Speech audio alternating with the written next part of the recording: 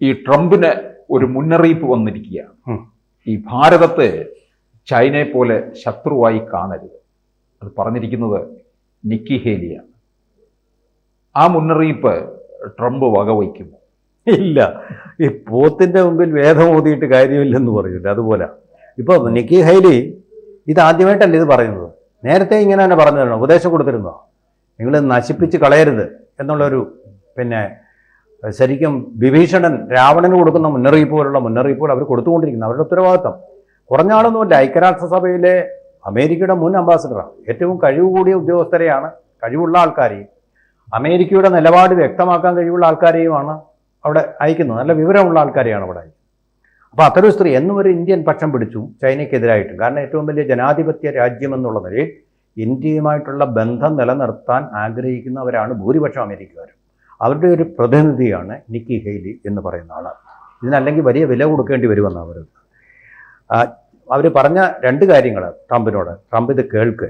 2023 ചൈനയെ മറികടന്ന് ലോകത്തിലെ ഏറ്റവും ജനസംഖ്യയുള്ള രാജ്യമായിട്ട് ഇന്ത്യ മാറിയിട്ടുണ്ട്. അത് പറയാൻ കാര്യം എന്താ? ഇന്ത്യയുടെ ജനസംഖ്യ കൂടി ഇവിടെ പട്ടിണി പെരുകുമെന്നുള്ളതല്ല. കാരണം ലോകത്തിലെ ഏറ്റവും വലിയ കൺസ്യൂമർ മാർക്കറ്റ് എന്ന് പറയുന്നത് ഇന്ത്യയാണ്. ഈ ആളുകൾ കൂടുതലും ഉപയോഗിക്കുന്ന അറിഞ്ഞോ അറിയാതെ അമേരിക്കൻ ഉൽപ്പന്നങ്ങളാണ്. നമ്മൾ ഉപയോഗിക്കുന്ന വാൻ ഹ്യൂസൻ ഷർട്ടല്ലേ, ലൂയി ഫിലിപ്പ് ഷർട്ടല്ലേ, മധ്യവർഗ്ഗക്കാർ പോലും ഇന്ന് അത്തരം ഷർട്ടുകൾ. അതെല്ലാം എവിടെ നിന്ന് വരുന്നു?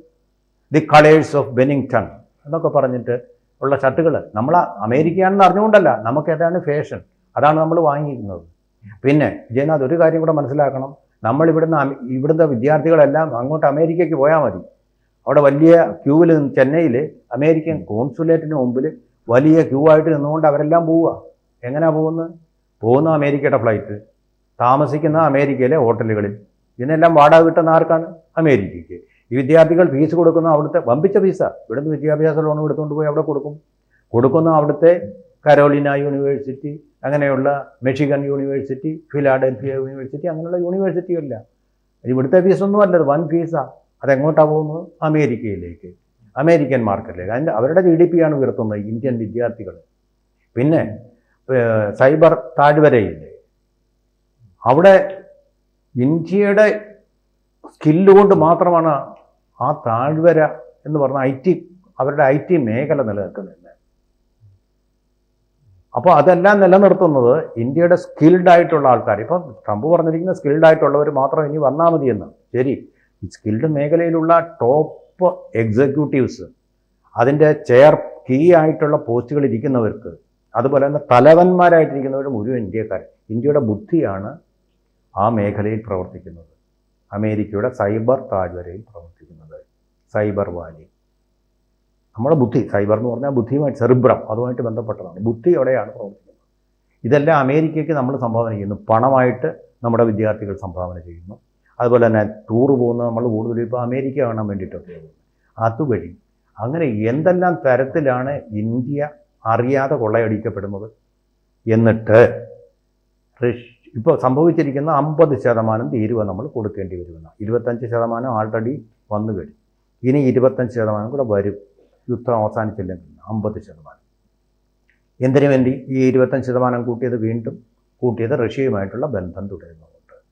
പക്ഷേ റഷ്യ എന്ന് പറയുന്ന രാജ്യം വലിയൊരു അവസരം, ഒരു വിപണി നമുക്ക് മുമ്പിൽ തുറന്നിട്ടിരിക്കുക. റഷ്യയുമായിട്ടുള്ള വ്യാപാരം ഉടനെ തന്നെ 50% വർദ്ധിപ്പിക്കാനാണ് നമ്മുടെ വിദേശകാര്യ മന്ത്രാലയവും വാണിജ്യ മന്ത്രാലയവും ചേർന്ന് തീരുമാനിക്കുന്നത്. നമ്മളൊരു ചൊല്ല് കേട്ടിട്ടുണ്ട്, ഒരു വാതിൽ അടയുമ്പോൾ മറ്റൊരു വാതിൽ തുറക്കുമെന്ന് പറഞ്ഞാൽ തുറന്നു കിടക്കുകയാണ്. റഷ്യയുടെ വിദേശകാര്യമന്ത്രിയായിട്ടുള്ള സെർജി ലാവ്റോവുമായിട്ട് നമ്മുടെ വിദേശകാര്യമന്ത്രി S ജയശങ്കർ നടത്തിയ സംഭാഷണത്തെ തുടർന്നാണ് ഇത് സാധ്യമായിരിക്കുന്നത്. എന്ന് മാത്രമല്ല, അമേരിക്ക ഈ ചുങ്കം കൂട്ടിയപ്പോൾ അത് മുതലെടുത്തുകൊണ്ട് റഷ്യ ഇന്ത്യക്കുള്ള ചുങ്കം കുറച്ചിരിക്കുകയാണ്. എന്ന് പറഞ്ഞാൽ നമുക്ക് മന്ത്രിസഭ ഇപ്പോൾ തീരുമാനിച്ചിരിക്കുന്നത് അമേരിക്കയിലേക്ക് പോകുന്ന നഷ്ടം വരുന്ന വസ്തുക്കളെന്ന് പറയുന്നത് കൊഞ്ച്, അങ്ങനെയുള്ള സാധനത്തിന് തുണികൾ, ഇത് രണ്ടുമാണ് പ്രധാനമായിട്ട് നമ്മൾ കയറ്റി അയച്ചുകൊണ്ടിരുന്നത്. കൊഞ്ചും തുണിയും ഇത് രണ്ട് പ്രധാനമായിട്ട്. അല്ലാതെ വേറെ സാധനങ്ങളുണ്ട്, ഡയമണ്ട് അങ്ങനെയൊക്കെയുള്ള സാധനങ്ങളൊക്കെ ഉണ്ട്. ഇനിയിപ്പോൾ നമ്മുടെ സെമി കണ്ടക്ടർ നമ്മുടേതായിട്ടുള്ളത് വരാൻ പോവുകയാണ്. അതൊക്കെ ഇനി വരുന്നതേ ഉള്ളൂ. നമ്മുടെ പ്രോബബിൾ ആയിട്ടുള്ള കയറ്റുമതി സാധനം. ഇപ്പോൾ തീരുമാനിച്ചിരിക്കുന്നത് ഈ കാർഷിക, ഞാൻ നേരത്തെ തേയിലയുടെ കാര്യം പറഞ്ഞു, ഇടുക്കിയിൽ റഷ്യയാണ് ഏറ്റവും കൂടുതൽ വാങ്ങിച്ചുകൊണ്ടിരുന്നത് മുന്തിയൊന്നും, അത് വീണ്ടും അങ്ങോട്ട് പോകാൻ തുടങ്ങും. പിന്നെ അതുപോലെ നമ്മുടെ കാർഷിക വിളകൾ, അതിനാണിപ്പോൾ ഒരു കാർഷിക വിളകളിൽ പലതും അമേരിക്കയിലേക്ക് അവർ വാങ്ങിച്ചിരുന്നു. ഇപ്പോൾ അവിടെ ചുങ്കം കൂടിയതുകൊണ്ട് എന്ത് സംഭവിക്കും? പോകുന്നതിന് കുഴപ്പമൊന്നുമില്ല, അമേരിക്കയ്ക്ക് ഇപ്പോൾ അത് വേണ്ട. കാര്യം എന്താ? 25% ചുങ്കം കൂടി ചേർത്തുള്ള വിലയായിരിക്കും അമേരിക്കക്കാർ കൊടുക്കേണ്ടി വരുന്നത്. അപ്പോൾ ഇത്രയും വിലയ്ക്ക് വേണ്ടാന്ന് അവരങ്ങ് തീരുമാനിക്കും. അമേരിക്കയിൽ എല്ലാവരും ഒന്നും പണക്കാരൊന്നും അല്ല, ഇന്ത്യക്കാരേക്കാൾ പണം കുറഞ്ഞ ആൾക്കാർ ഇവിടെ ഉണ്ട്. അവരാണ് വലിയ മാർക്കറ്റ് എന്ന് പറയുന്നത്. കൂടുതൽ ആളുകളുള്ളത് അങ്ങനെയുള്ളവരാണ്. അവരത് വേണ്ടാന്നും കിട്ടും. വെച്ച് കഴിയുമ്പോൾ കാരണം നമുക്ക് ഓടുമ്പോൾ ഈ സാധനം നമുക്ക് അതിൽ ലാഭകരമായിട്ട് ഇപ്പോൾ റഷ്യയിലേക്ക് അയക്കുന്നില്ല. കാരണം എന്താ? അമേരിക്കയിലേക്ക് അയക്കണമെങ്കിൽ ഇത് ലോകം മുഴുവൻ ചുറ്റി വേണം അമേരിക്കയിലെത്താൻ. റഷ്യ ആകുമ്പോൾ കുറച്ചുകൂടെ അടുത്താണ്, നമുക്ക് വലിയ പ്രയാസമില്ലാതെ, വലിയ ട്രാൻസ്പോർട്ടേഷൻ കോസ്റ്റ് ഇല്ലാതെ, യാത്രാ ചെലവ്, അയക്കുന്നതിൻ്റെ ചിലവില്ലാതെ നമുക്ക് ആ കാർഗോകളൊക്കെ കപ്പൽ മാർഗം ഇവിടേക്ക് അയക്കാം. മാത്രമല്ല നമ്മൾ ഈ കൊഞ്ചുമൊക്കെ കാർഗോ വഴി കയറ്റി അങ്ങോട്ട് അയച്ചു കഴിഞ്ഞാൽ വൻതോതിലാണല്ലോ കൊണ്ടുപോകുന്നത്. അവിടെ ചെല്ലുമ്പോഴത്തേക്ക് ഇതൊരു പരിവാവും, ചീഞ്ഞും പോവും, ചിലപ്പോൾ അത് വെറുതെ കളയേണ്ടതായിട്ട് വരും. തന്നെയല്ല അമേരിക്ക വലിയ ഡിമാൻഡാണ്. ഇതിനകത്ത് യാതൊരു പെസ്റ്റിസൈഡും ഉണ്ടാകരുത്, കണ്ടൻറ് ഉണ്ടാകരുത്, ക്വാളിറ്റിയൊക്കെ ഭയങ്കര ടെസ്റ്റാണ്.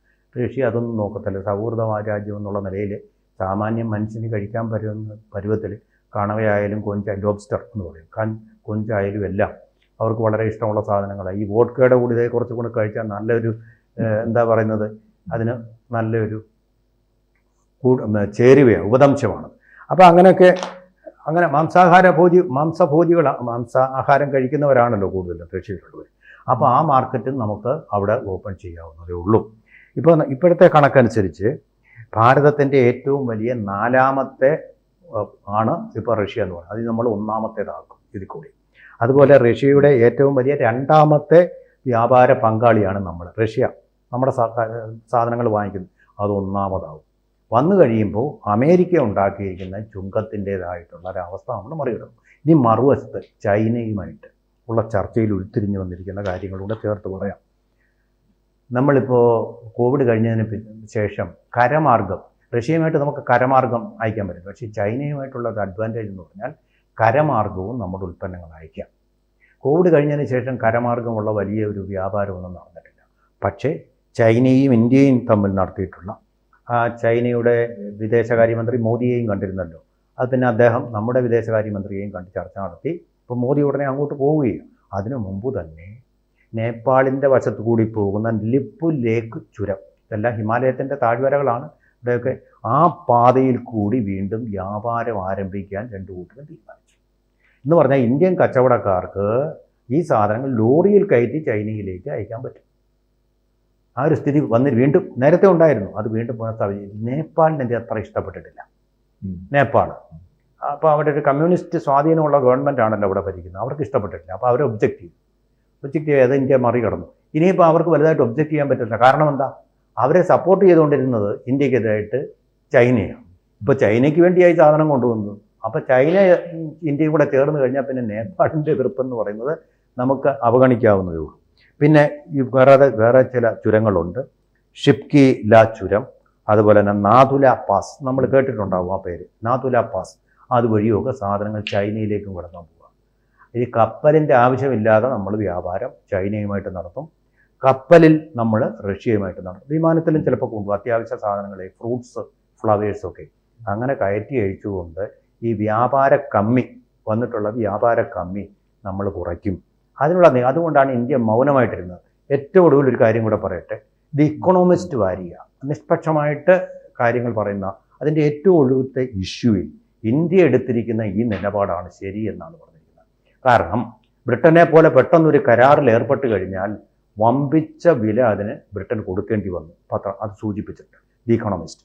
അതേസമയം നമ്മളിങ്ങനെ ഒരു വളരെ തന്ത്രപരമായൊരു നിലപാട്, നമ്മൾ എതിർത്തൊന്നും പറയാനും പോകുന്നില്ല.